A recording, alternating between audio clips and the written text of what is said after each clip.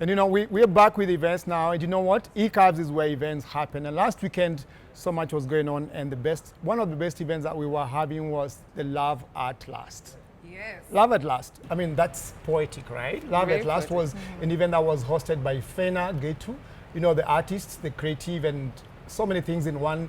You can call it Fena, the Unplugged, and all that. I mean, it was taking place in the, where? The Cavallis Manor. at the Manor, Yes. Westlands. Yes. You saw that. Yes. Fashion, music, happiness, And all things vibes together. as usual. And I can tell you, I think we got to the place earlier than we should have been. I think, Nelima, you know, and you can hear me, we got there earlier than we could have been at around 2, 3, and the event was going all the way to 9. Let's see and watch the video just to see what happened there. Yeah, feel the heat when we come through Party Nation. Hey, sexy people around me, Party Nation. Hey, all of them and them looking so fly. Hi guys, it's your girl Mandy, aka Kabaya, and this is E-Cab. Today's event is Fena Gitu's album reveal party. This is her third studio album, and she now wants to welcome fanatics to listen in. So it's basically a reveal party to see the artwork for the album and also to listen to the songs that are included in the third studio album. So as you've seen, we've unveiled the album cover. Beautiful piece of work done by B.O., visuals by B.O. So even just the color scheme, I felt like, and plus, you know, I love fashion, so it's like, let's see the best in Nairobi with pastel colors. I think I nailed it, and guys looked good, so yeah, it was fun. It was a nice, playful touch. Right, I think it's because it's a journey of self-love. You can't find real love until you love yourself. So when I realized that, it was like finding love at last. But then love at last was like, okay, let me play around with the words. So art, because I am an artist and what I do is art, and life is just one big canvas that we're painting. So love, art, lust. Right, so I dressed myself at Phenomenal Style. My tailor this time looks by Avido. So I design and then he makes it for me. So yeah, I'm wearing Phenomenal Style and looks like Avido. Phenomenal Style is really just, it's a community, just love-minded people. We love being cool, calm, collected. We like to look good, we like to feel good. We like to make people feel safe and, you know, feel confident in themselves. So we have the merchandise side, and then there's the bespoke side that will come soon. So one step at a time, it's something we've been building for years. Hey, what's up, people? It's the phenomenal woman, Mama Lau, Mama Des, Mama D's, and you're watching E-Curve. You know what? She has got a lot of energy, and you know what? I just like the color scheme and combination. Did I say pastel or petal or something like that? Pastel. Pastel. Yeah, pastel. How do you dress to that? I mean, Yeah. you saw what she wore. Oh yeah, she looked fantastic. Yeah, she looked nice. I won't comment on the fashion bits for her. She's phenomenal. Yes. But artists, please, at least I am an artist. I know that you should put in at least some effort when it comes to dressing. You said slay on a budget when you were talking offset. Yeah. You You need can to get good style for a budget, because I understand like sometimes you want to recreate looks that have been done by international artists, but the tailor you're going to doesn't have the means, or the fabric you need is not up to standard, or they go, you know, cutting corners, because you know we do that a lot with Kenyans. So sometimes you think, oh, it's too expensive, and she says, like, for example, she designs her stuff. Artists can design their stuff and look good for themselves and for also others finding too. out your own style, because trying to please the market also kind of dilutes your own fashion and your looks. I've seen an artist who's worn a dress and a blazer, and I was just side chatting. I was like, oh, so we're allowed to wear dresses and blazers. Right? We're allowed to do the bare minimum. But again, talking about For sure. And you know what? This was like her third, fourth album, Unplugged and stuff. I don't know her music and her growth. And Well, we're she's talking about her the other music, journey. right? First of all, I'll say this on air. Fena is my first interview I ever did as a TV presenter. I'm lying because there's no way I'm acknowledging Ringtone as my first interview. Fena was my first interview. Ringtone is watching this show, right? He better watch it, because the way he treated me that interview, I'm calling you out. For real? But no, I'm joking. He was a sweetheart. But I really enjoyed Fena because I was a big fan, and her personality has not changed. It's the same even in her music. It's quality. It's you know, giving value. It's always talking to you. It's like you listen to Fena talking to herself. You know, she's like telling you who she is in her music, and you relate to that because sometimes we hide who we are, and that's what I get from her music. And Love at last. she's there I talking love it. about her journey, you know, at Love at Last, Claudia. I believe, first of all, I feel like she's one person who knows how to make money with her music. Because I hear her songs, I think I've heard her songs in a couple of ads. I've seen her doing so many other things, and I'm like, wow, this lady is really doing the most. When it comes to music, I've been listening to her before. I can't wait to go and listen to the album. Unfortunately, I wasn't. Why didn't you guys tell me to join you? I mean, you're already joining us now. No, like This is a for good the start. album This is a good launch. start.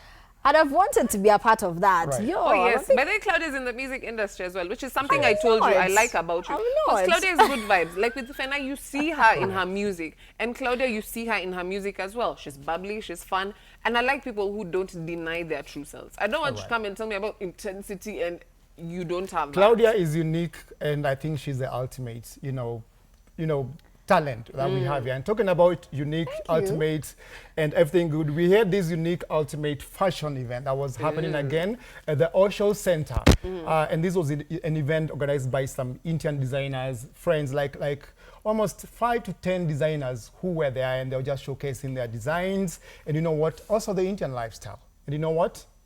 We got the checkout. We're here backstage at UUF 2023, and you all are in for an amazing treat. We're backstage, models are getting ready, designers are getting everyone dolled up, and this is going to be an evening of glitz, glam, fashion, but also it's going to be about giving back to the community, because this year UUF is supporting the Kenya Women and Children's Wellness Center right here in Nairobi, Kenya, and it's founded by none other than Mrs. Dolores Jordan. So it's going to be an evening of fashion for a purpose. So stay tuned.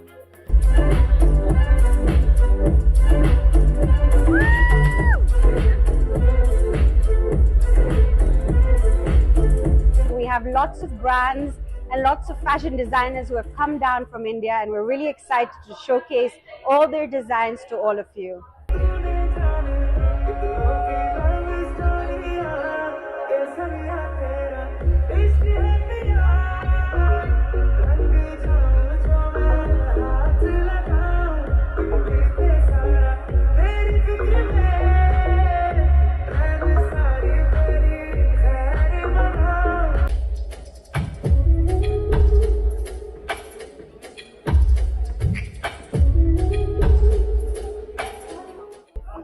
My name is Elizabeth Messi, and I'm the CEO of the Kenya Women and Children Wellness Center.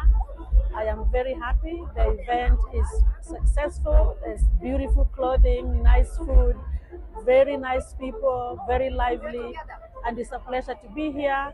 As Kenya Women, we are very grateful for this event to support us because it is supporting good cause.